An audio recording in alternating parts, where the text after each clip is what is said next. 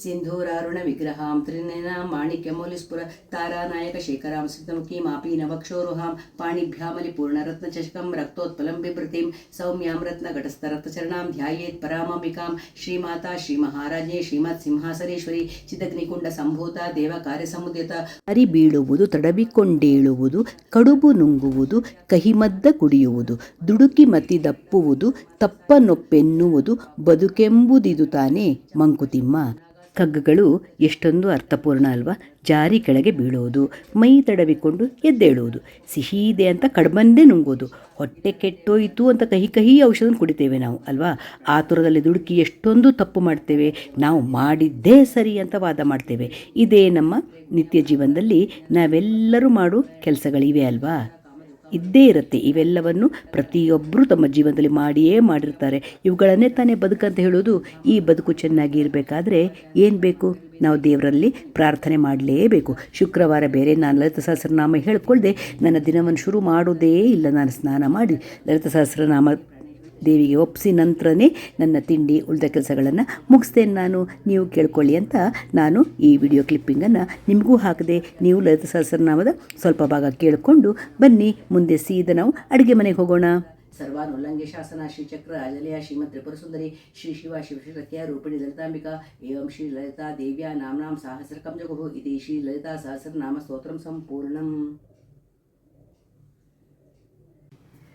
Hi friends ಹಾಗೂ ಎಲ್ಲ ನನ್ನ ಕುಟುಂಬದವರೇ, ನಮಸ್ತೆ ಎಲ್ಲರಿಗೂ. ಹೇಗಿದ್ದೀರಾ ಎಲ್ಲರೂ? ನಾನಂತೂ ಸೂಪರ್ ಆಗಿದ್ದೀನಿ. ನಂತರ ನೀವು ಕೂಡ ಸೂಪರ್ ಆಗಿದ್ದೀರಿ, ಇರ್ತೀರಿ ಅನ್ನೋದೇ ನನ್ನ ಭಾವನೆ.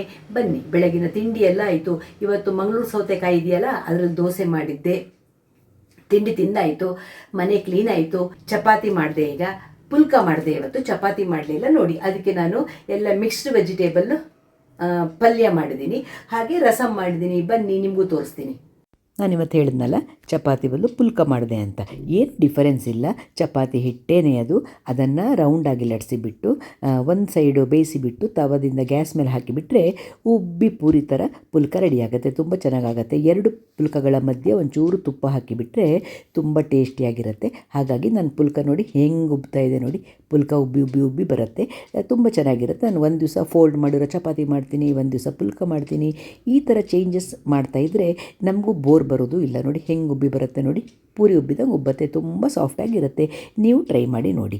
ಎಲ್ಲರೂ ಮಾಡ್ತಾ ಇರ್ತೀರ, ಸ್ಪೆಷಲ್ ಏನಿಲ್ಲ. ಬನ್ನಿ ಹಾಗೆಯೇ ಪಲ್ಯ ತೋರಿಸ್ತೀನಿ ನಿಮಗೀಗ. ಪುಲ್ಕ ನೋಡಿದ್ರಲ್ವಾ ನೋಡಿ. ಮಿಕ್ಸ್ಡ್ ವೆಜಿಟೇಬಲ್ಲು ಪಲ್ಯ ಮಾಡಿದ್ದೀನಿ. ಕ್ಯಾಪ್ಸಿಕಮ್ಮು, ಈರುಳ್ಳಿ, ಸೋರೆಕಾಯಿ, ಟೊಮೆಟೊ ಕಾಯಿ ಎಲ್ಲ ಸೇರಿಸಿಬಿಟ್ಟು ಮಿಕ್ಸ್ಡ್ ವೆಜಿಟೇಬಲ್ ಪಲ್ಯ ಚಪಾತಿಗೆ. ಹಾಗೂ ಇಲ್ಲಿ ರಸಮ್ಮು ನೋಡಿ, ರಸಮ್ಮು. ಆಮೇಲೆ ಊಟದ ಹೊತ್ತಿಗೆ ಸಲಾಡ್ ಎಲ್ಲ ಕಟ್ ಮಾಡಿ ಅನ್ನ ಮಾಡಬೇಕು.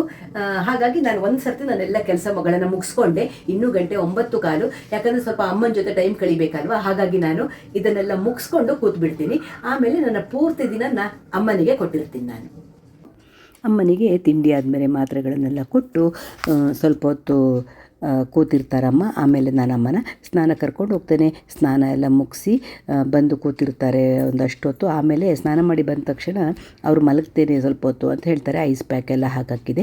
ಐಸ್ ಪ್ಯಾಕ್ ಎಲ್ಲ ಹಾಕಿ ಆಯಿಂಟ್ಮೆಂಟ್ ಹಚ್ಚಿ ಸ್ವಲ್ಪ ಹೊತ್ತು ರೆಸ್ಟ್ ಮಾಡ್ತಾರೆ. ಆಮೇಲೆ 11:30 12 ಗಂಟೆ ಒಳಗೆ ಹೇಳ್ತಾರೆ. 11 ಗಂಟೆ ಹಾಗೆ ಒಂದೊಂದು ಸಲ ಸ್ನಾನಕ್ಕೆ ಹೋಗೋ ಮುಂಚೆ ಹಾರ್ಲಿಕ್ಸ್ ಎಲ್ಲ ಕೊಟ್ಟು ಸ್ನಾನ ಕರ್ಕೊಂಡು ಹೋಗ್ತೇನೆ. ಇಲ್ಲಾಂದರೆ ಸ್ನಾನ ಮಾಡಿ ಬಂದ ತಕ್ಷಣ ಹಾರ್ಲಿಕ್ಸ್ ಕೊಟ್ಟು ಅಮ್ಮ ಸ್ವಲ್ಪ ಹೊತ್ತು ಮಲಗ್ತಾರೆ. ಆಮೇಲೆ 1 ಗಂಟೆಗೆ ಎದ್ದು ಊಟ ಮಾಡಿ ಆಮೇಲೆ ಒಂದು ಸ್ವಲ್ಪ ಹೊತ್ತು ಕೂತಿರ್ತಾರೆ, ಟಿ ವಿ ನೋಡ್ತಿರ್ತಾರೆ, ಇಲ್ಲಾಂದರೆ ಸ್ವಲ್ಪ ಹೊತ್ತು ರೆಸ್ಟ್ ಮಾಡ್ತಾರೆ. ಹೀಗೆ ನಡೀತಾ ಇರುತ್ತೆ. ಅಂತೂ ಕಾಲಿಗೆ ರೆಸ್ಟ್ ಅಂತೂ ಬೇಕು. ವಾಕಿಂಗ್ ಅಂತೂ ಜಾಸ್ತಿ ಮಾಡಬಾರ್ದು.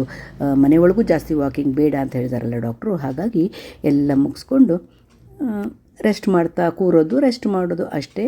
ಅಮ್ಮನ ಈಗ ಹೊತ್ತು ಕಳೆಯುವ ರೀತಿಯಾಗಿದೆ. ಯಾಕಂದರೆ ಕೈ ಬಿಟ್ಟು ನಡೆಯೋಕ್ಕಂತೂ ಆಗಲ್ಲಲ್ಲ. ವಾಕರಲ್ಲೇ ನಿಧಾನ ವಾಕ್ ಮಾಡ್ಕೊಂಡು ಹೋಗಿ ನಡ್ಕೊಂಡು ಹೋಗ್ತಾರೆ. ನಾನು ಇಲ್ಲೇ ಟೀಪಾಯಿ ಇಟ್ಟು ಅಲ್ಲೇ ಊಟ ಕೊಡ್ತೀನಿ ಸೋಫಾದ ಪಕ್ಕ ಅವರಿಗೆ.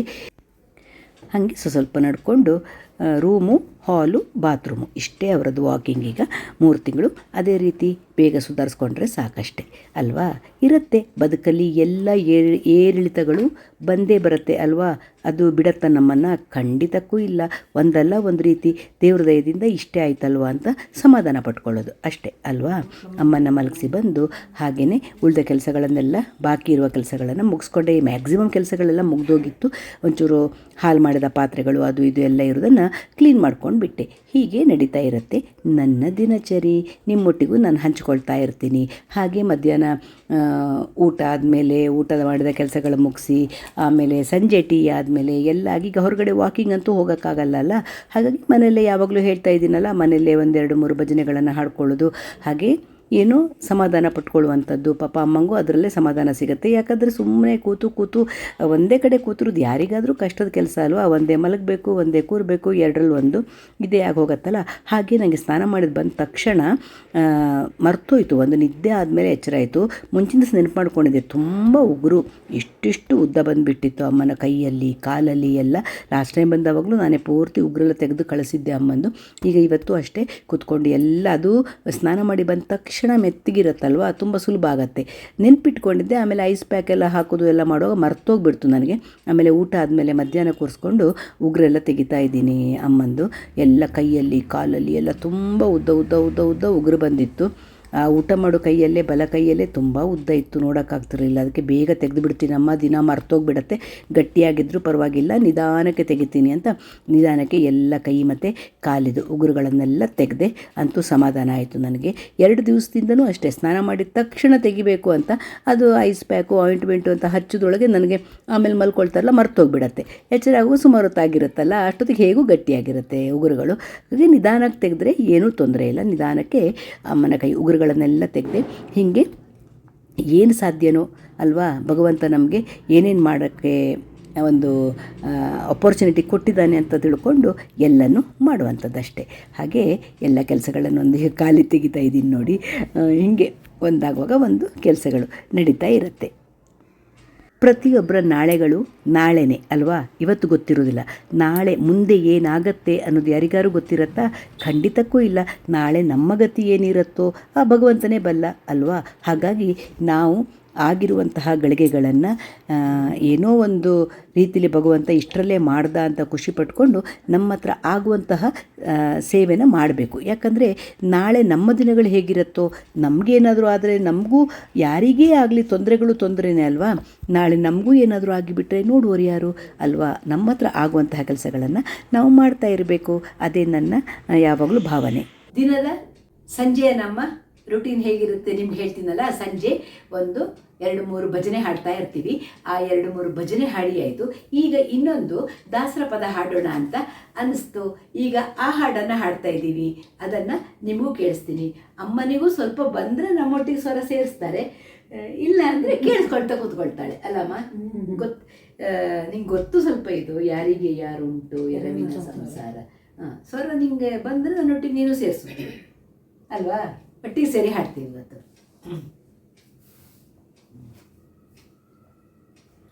ಯಾರಿಗೆ ಯಾರುಂಟು ಎರವಿನ ಸಂಸಾರ, ನೀರ ಮೇಲಿನ ಗುಳ್ಳೆ ನಿಜವಲ್ಲ ಹರಿಯೇ.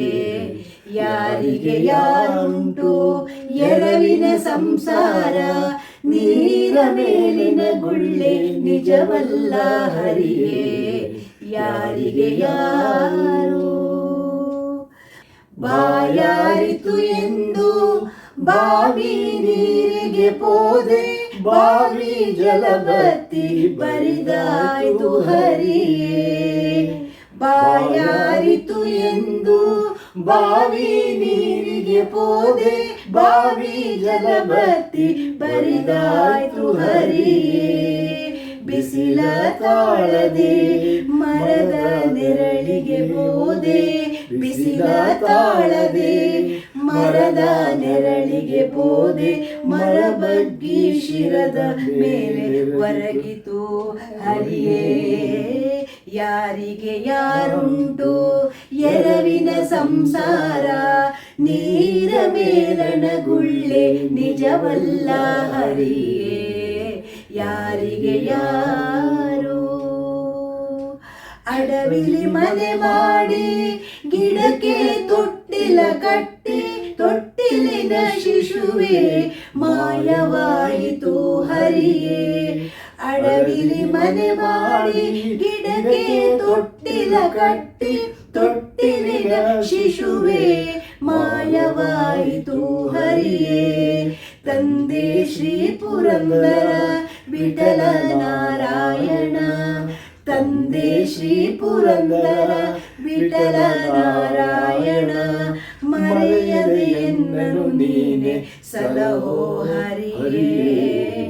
ಯಾರಿಗೆ ಯಾರುಂಟು ಎರವಿನ ಸಂಸಾರ, ನೀರ ಮೇಲಣಗುಳ್ಳೆ ನಿಜವಲ್ಲ ಹರಿಯೇ. ಯಾರಿಗೆ ಯಾರು. ಎಂತೆಂಥ ಚಂದ ದೇವ್ರ ನಾಮಗಳಲ್ವಾ, ಎಷ್ಟು ಅರ್ಥಪೂರ್ಣ ಹಾಡಲ್ವಾ. ಅಬ್ಬ, ಪುರಂದರದಾಸರ ಹಾಡು ತುಂಬ ಅರ್ಥಪೂರ್ಣ ಹಾಡು ಅಲ್ವಾ. ಈ ಹಾಡು ಹೀಗೆ ಒಂದೊಂದು ಒಳ್ಳೊಳ್ಳೆ ಭಜನೆಗಳನ್ನು, ಒಳ್ಳೊಳ್ಳೆ ದಾಸರ ಪದಗಳನ್ನು ಹಾಡ್ತಾ ಇದ್ದರೆ ನಮ್ಮ ಮನಸ್ಸಿಗೂ ಅಷ್ಟೇ ಖುಷಿ ಸಿಕ್ಕತ್ತೆ, ನೆಮ್ಮದಿ ಸಿಕ್ಕತ್ತೆ, ಏನೋ ಒಂಥರ ರಿಲ್ಯಾಕ್ಸೇಷನ್ ಅದರಿಂದ ಅಲ್ವಾ. ನನ್ನ ಹಾಗೆ ನಿಮಗೂ ಆ ಥರ ದಾಸರ ಪದಗಳನ್ನು ಅಥವಾ ಒಳ್ಳೆ ದೇವ್ರನಾಮಗಳನ್ನು ಕೇಳುವಾಗ ಮನಸ್ಸಿಗೆ ಖುಷಿ ಸಿಗುತ್ತಾ ಏನಂತ ಕಮೆಂಟ್ ಬಾಕ್ಸಲ್ಲಿ ಖಂಡಿತ ಕಮೆಂಟ್ ಮಾಡಿ. ಅಮ್ಮಂಗೂ ಖುಷಿ ಆಗುತ್ತೆ, ದಿನ ಭಜನೆ ದೇವ್ರನಾಮಗಳು ನಿಮಗೆ ಹಾಡ್ತಾ ಕೂತವಾಗ ಅಮ್ಮಂಗೂ ಖುಷಿ ಸಿಗತ್ತೆ, ನನಗೂ ಖುಷಿ ಸಿಕ್ಕತ್ತೆ. ಇವತ್ತು ಯಜಮಾನರು ಅವರಿಗೂ ಹಳೆಯ ಫೇವರೆಟ್ ಹಾಡೋದು ಯಾವುದು, ಸಿನಿಮಾದಲ್ಲಿ ಹಾಡಿದಾರಲ್ಲ, ಇದು ಯಾವುದು ಸಿನಿಮಾದ ಹಾಡು, ಗಾಳಿಗೋಪುರ ಸಿನಿಮಾದಲ್ಲಿ ಇದೆಲ್ಲ ರಾಜ್ಕುಮಾರ್ ಮತ್ತು ಅಶ್ವಥ್ ಸೇರಿಸ್ಕೊಂಡಿರೋ ಹಾಡಲ್ವಾ. ಹಾಗಾಗಿ ಅವರಿಗೆ ಕೇಳಿ ಕೇಳಿ ಅಭ್ಯಾಸ ಇದೆಯಲ್ಲ, ಅವ್ರು ನಾನು ಸ್ವರ ಸೇರಿಸ್ತೀನಿ ಅಂದರು, ಬನ್ನಿ ಒಟ್ಟಿಗೆ ಎಲ್ಲ ಕೂತ್ಕೊಂಡು ಹಾಡೋಣ ಅಂತ ಹಾಡಿದ್ವಿ. ಹೇಗೆ ಅನಿಸ್ತು ನಿಮಗೆ? ಹೀಗೆ ಇರುತ್ತೆ ನಮ್ಮ ದಿನಚರಿ. ಶ್ಯಾಮಲಾ ವ್ಲಾಗ್ಸ್ ಇಷ್ಟ ಆಯಿತು ಅಂದರೆ ಏನು ಮಾಡಬೇಕು? ಒಂದು ಲೈಕ್ ಮಾಡಿ, ಶೇರ್ ಮಾಡಿ, ಸಬ್ಸ್ಕ್ರೈಬ್ ಮಾಡಿ. ಸಿಗ್ತಾ ಇರೋಣ ಒಳ್ಳೊಳ್ಳೆ ವಿಡಿಯೋಗಳ ಜೊತೆ. ಬಾಯ್ ಎಲ್ಲರಿಗೂ, ನಮಸ್ತೆ.